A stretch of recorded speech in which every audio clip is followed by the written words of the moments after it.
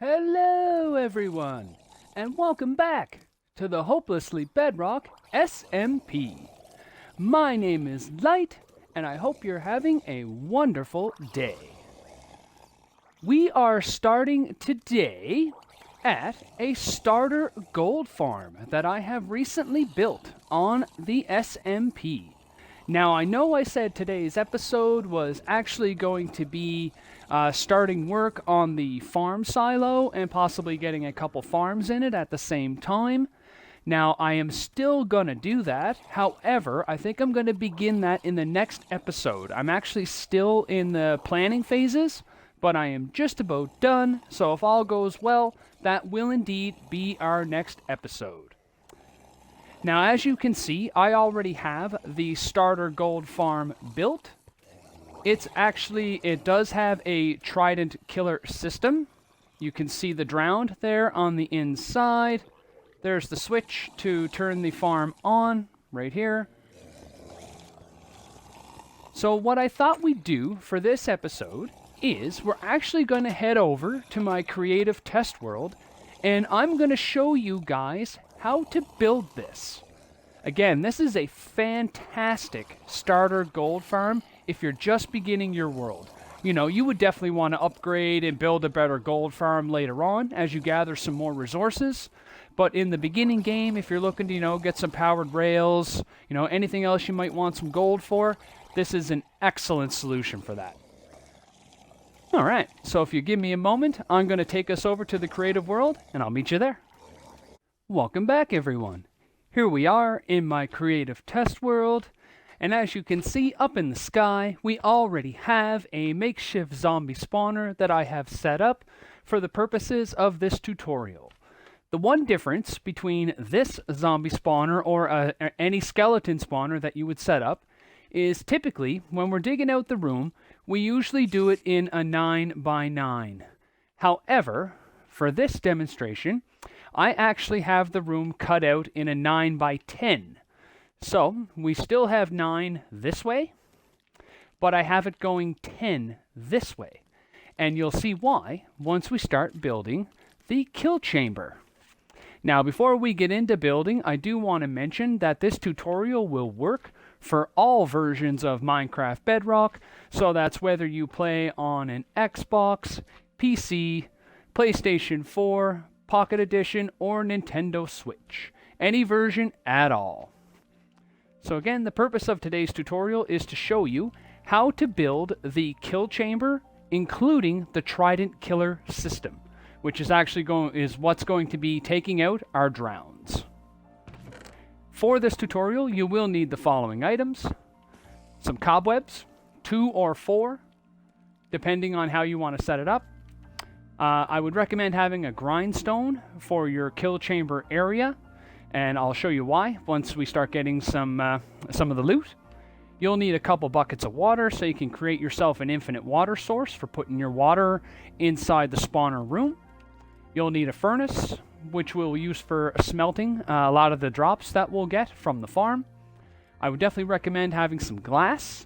I have a stack of each, so it's up to you, whatever you want to bring, however much you think you're going to need. I also have it in full blocks and panes, so it just depends on your personal design. Definitely have at least a dozen hoppers, 11 or so. You'll need 8 observers, possibly some ladders. We may not use those. You'll need some chests, some slabs, 4 normal pistons. That's right, 4, exactly 4. We'll need some signs. I have some building blocks here. You may typically not need those because you would probably have all this from digging out the room. You'll need some fuel for the furnace and as well a crafting table. That will go inside your kill chamber area. Alright, so I'll throw all this stuff in my inventory and then we'll get started. So first things first, we're going to go up into the spawner room. We have a couple visitors here. So allow me a quick moment. I will dispatch of these guys.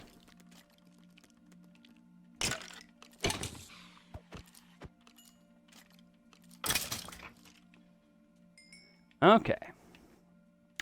All right. Well, now that that's done, the next step in this is to cut our trench where the mobs are going to be flushed into. So I want my trench over here, over on this side, and the mobs are going to be pushed into this corner right here. Now, like I say, when I made this room, I made it a 9 by 10. So we have 9 this way, we have 10 this way.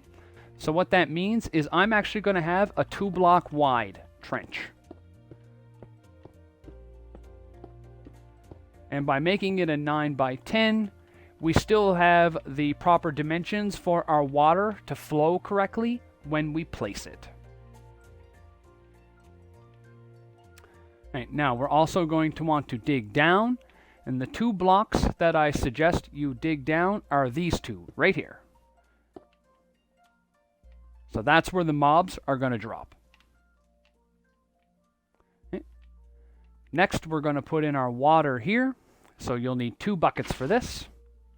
1 there, 1 there.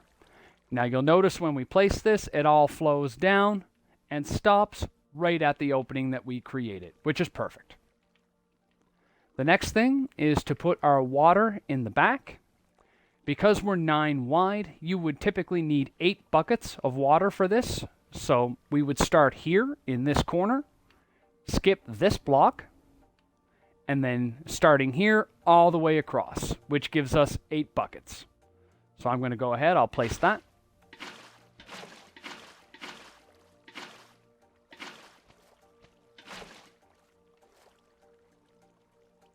And once you have all your water placed, you should see it flow down and stop right before the area that's going to be pushing them down into the kill chamber.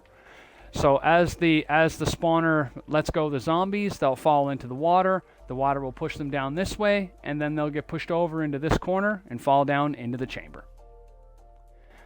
So now that we have the water in here, we're pretty much done in this room, except for the torches, which we'll do last. Okay, so next, let's start on the killing chamber. Alright, so if we look up, we can see the 2 holes that we created. This is where your blocks are going to come in handy. So you can start building out your chamber. I'll do that and I'll be right back. There we have the first portion of the kill chamber built. Now you've noticed I've left it open here in the front. I would advise you do this as well because there are some other items that we will have to place inside the chamber. All right, so the first thing that we're going to place is some signs. So grab your signs. And the way you're going to want to do this is you'll notice when the guys fall, so they have this block, we want them to come down at least 2 more, which means our first bit of water is going to be right here. So we're going to want signs right here. You don't have to put any writing on the signs, just blank is fine. Okay, so 2 on the left, 2 on the right. Okay, now that we have these signs in here, you can actually go ahead and throw in some glass.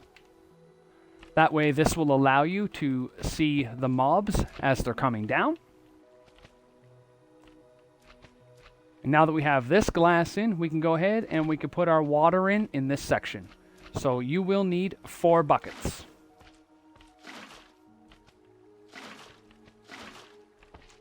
Just like that. Alright, so now that we have our first layer of water in, the next step is to place our cobwebs.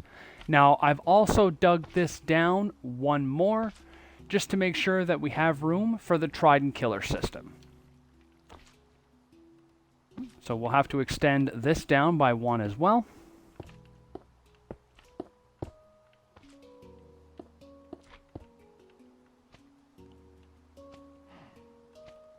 Go ahead, place in your cobwebs. So 1, 2, 3, and 4. Now underneath those cobwebs, you're going to want again some signs on the left and the right.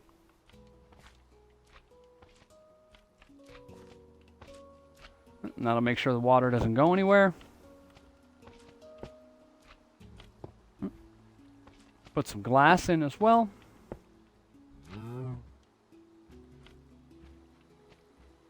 Now next, grab your water. So again, we'll need 4 buckets. And luckily on the Bedrock Edition, you can actually waterlog a cobweb, and that's what we're going to do right now. So waterlog each one of them one by one.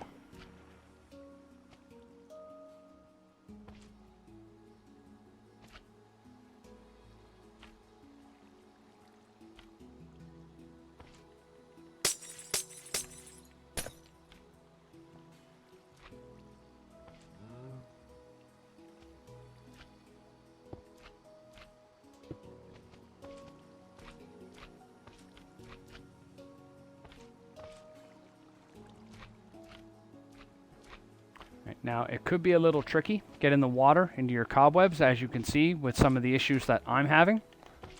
So just keep trying, and you will eventually get it, I promise.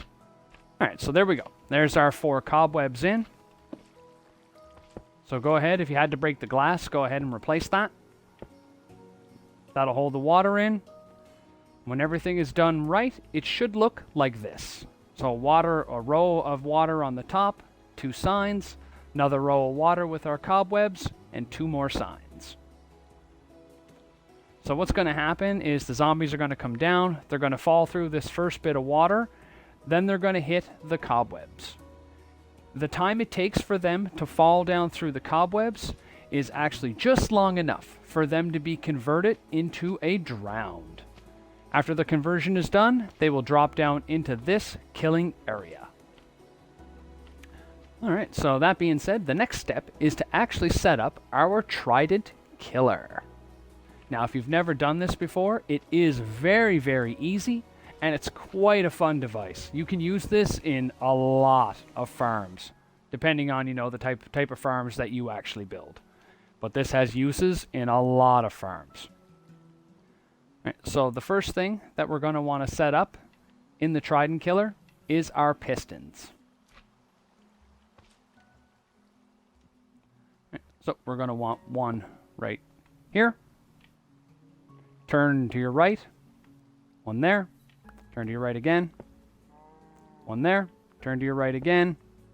One there. So you should have something that looks like this. Alright.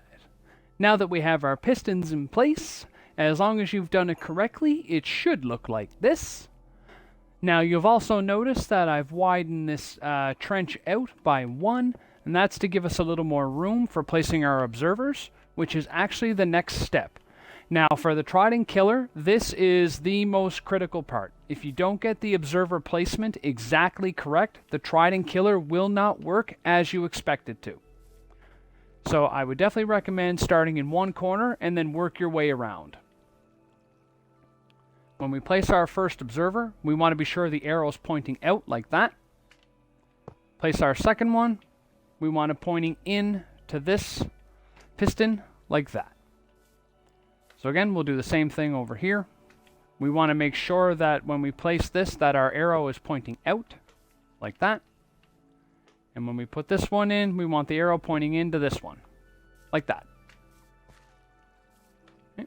So same thing here. Pointing out, pointing in. One last time, pointing out, pointing in.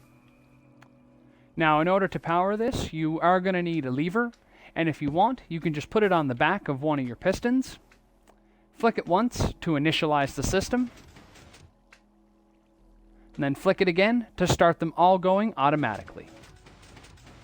Like that. Now that we know the trident killer is working, go ahead, you can shut that off. Now the next thing that we need to do is add in our collection mechanism. So in order to do that, I'm going to take out these 4 blocks right here. These 2 here. These 2 here. Alright, now we're going to need a couple chests. So go ahead and grab your chests. Alright, so let's redo the chest.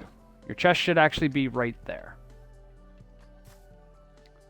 Alright, so hoppers is still the same. Press B to crouch. Place the first one. While you're here, place the one on the other side. Now for these next couple, you're most likely going to have to jump. So it could be a little tricky, but there's the first one. And in order to get in to place your last one, you could take this piston out for the time being. Everything will move a little bit, but that's okay. Now we can place our last hopper. Oh, not like that. So again, B to crouch. When you're jumping, we have to make sure that we place the hopper when our thing is right here.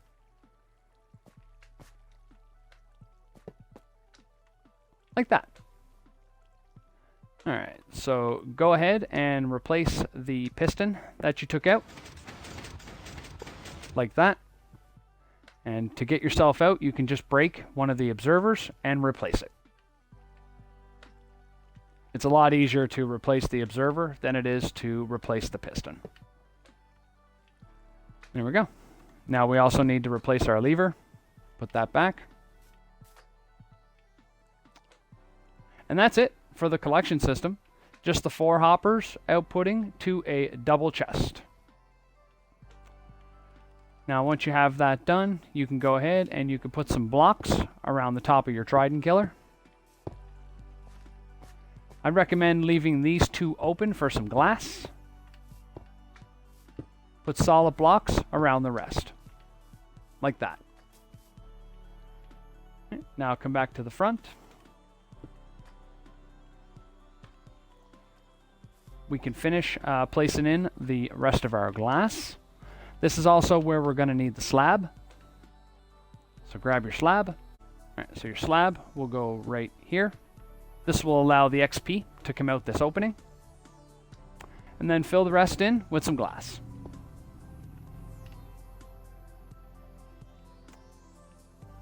And that is it for the kill chamber system. So now that we have this built, I'm going to go ahead, I will enable the spawner so we can see this thing in action. Alright, so as we can see, our zombies fell down. They're through the first layer of water. Now they're caught in the cobwebs, falling through the second layer of water. By the time they get through this layer, they will be converted into drowned. Now, what type of drops can you expect from this farm? Well, you will get a ton of rotten flesh, the same as you would from a zombie spawner farm. You will get nautilus shells, and you will also get gold ingots. From time to time, you may even get a fishing rod. The one thing that you will not get from this farm is a trident. In this type of farm, you used to be able to get tridents, but unfortunately, they've taken that out of the game. However, I still feel this is a useful setup just for the gold aspect. Now, one thing that we forgot in the trident killer, but I can go ahead and I can do that now, is to actually put in our trident. So yes, you will need a trident in order to make this system work properly. The durability of the trident does not matter. The trident will not take any damage while it's being used in this system. So just go ahead, throw it at one of the pistons, like that. Put your slab back in.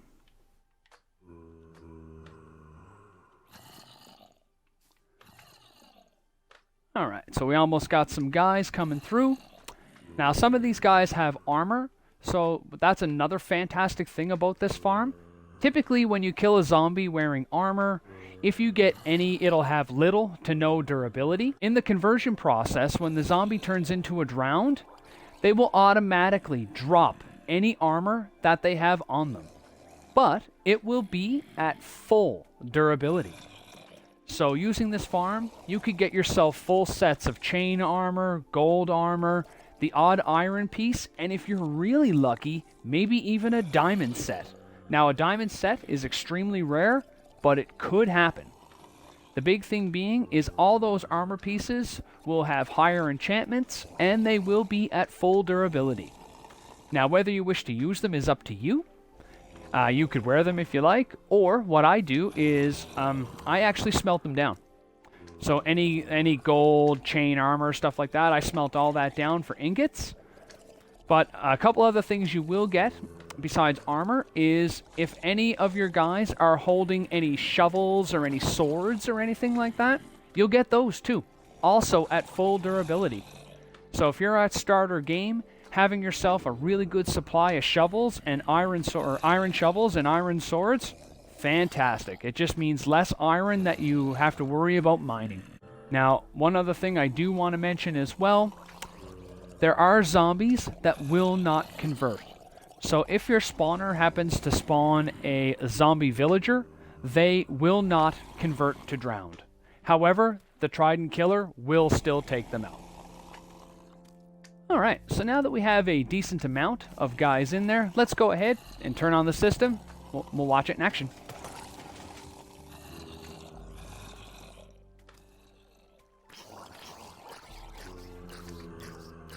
Oh, and I apologize. There we go. And as you can see, the Trident Killer automatically goes round and around, killing all our drowned one by one. As a tip, if you have a sword with looting 3 and you stand here with it in your hand, you will get a lot more drops from this farm. So definitely something I would recommend. Get yourself a sword with some looting 3. Now that we've gone through one session, let's take a look in the chest and let's see what we got. Alright, so as we can see, we got some zombie flesh. We did indeed get an iron shovel. There was a guy wearing a full set of leather armor. We got that whole set, basically at full durability.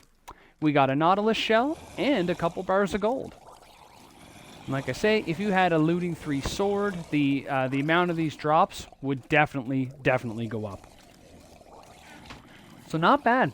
You know, this is a great little farm for starter game, whether you need gold or, like I say, you want some iron tools, some Nautilus shells, depending on what you're looking for. Now, if you also want, you can use this as an XP system as well. That's why this hole is here. So if you wanted to, you could stand here while the system is on, letting all the XP drain into you. But that is it, folks. That is all I have for today. Now, if anyone has any questions on how to create this, or if there was something that, you know, was unclear or that you didn't understand, please let me know in the comments below. But that being said, my name is Light. Thanks for stopping by, and have a great day. Bye!